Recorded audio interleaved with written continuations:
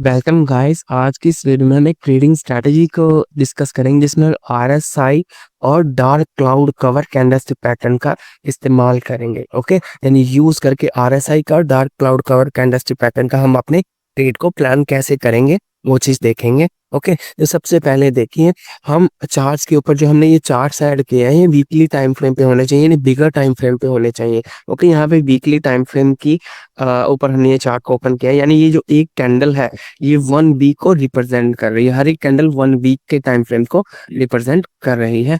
अब जरा ध्यान से देखिए, हमने नीचे जो है आरएसआई को ऐड किया है। सिंपल सेटिंग्स हमने यहाँ पे रखे हैं आरएसआई की, यानी जो नीचे वाली 30 की लाइन, ये जो नीचे वाली लाइन है 30 वैल्यू को रिप्रेजेंट करेगी आरएसआई की। इसी तरह से ये जो ऊपर की लाइन है ये 70 वैल्यू को रिप्रेजेंट करेगी आरएसआई की। ओके, तो हमने यहाँ पे कोई छेड़छाड़ नहीं की आरएसआई की सेटिंग्स की, और जो इसकी डिफॉल्ट सेटिंग होती है पीरियड सेटिंग, वो भी हमने डिफॉल्ट 14 पीरियड सेटिंग ही रखी है। ओके, तो यहाँ पे हमने आरएसआई ऐड कर लिया है। अब जरा ध्यान से देखिए, यहाँ पे जो हमारा ये 70 के ऊपर है, इस 70 के ऊपर हमारी ओवरबोट सिनेरियो होता है प्राइस के अंदर, और इस 30 लाइन के नीचे ओवर सोल्ड सिनेरियो होता है।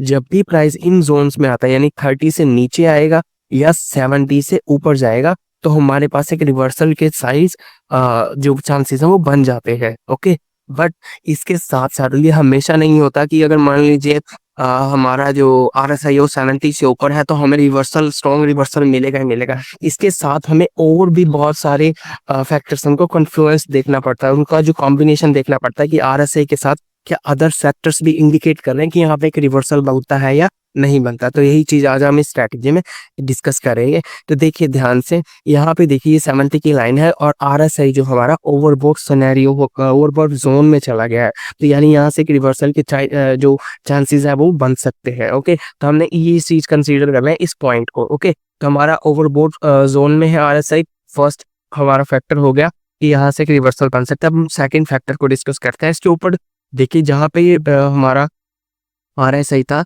वो ओवरबोट जोन है, इसकी कॉरस्पॉन्डिंग देखिए यहाँ पे इन दो कैंडल्स को जरा ध्यान से देखिए, ये फर्स्ट ग्रीन कैंडल और सेकंड रेड वाली कैंडल, इन दो कैंडल्स ने मिलकर यहाँ पे कौन सा पैटर्न बनाया है। अगर हमें कैंडलस्टिक पैटर्न की नॉलेज हो तो हमें देखते ही पता चल रहा है कि यहाँ पे एक dark cloud cover candlestick pattern बन रहा है, जो एक स्ट्रॉन्ग बेयरिश कैंडल है। यानी इस पैटर्न के बनने के बाद एक डाउनवर्ड मूव आने के चांसेस स्ट्रॉन्ग हो जाते हैं। अब दो चीजें कॉन्फ्लुएंस में हो गई, यानी कॉम्बिनेशन में हो गई। फर्स्ट चीज कि आरएसआई हमारा ओवरबोट जोन में था, तो यानी यहाँ से एक रिवर्सल हो सकता था। तो फर्स्ट थिंग ये हो गई। और जो हमारी दूसरी चीज थी वो क्या थी, यहाँ पे dark cloud cover candlestick pattern बन रहा है, वो भी क्या है, एक डाउनवर्ड हमारे मूव को रिप्रेजेंट कर रहा है। तो दो चीजें कॉम्बिनेशन में होगी। First thing RSI overbought zone में था, और जो ये dark cloud cover candlestick pattern है वो भी हमारा ऊपर से नीचे की तरफ एक मूव आने की हमें संकेत दे रहा था या हमें इंडिकेट कर रहा था।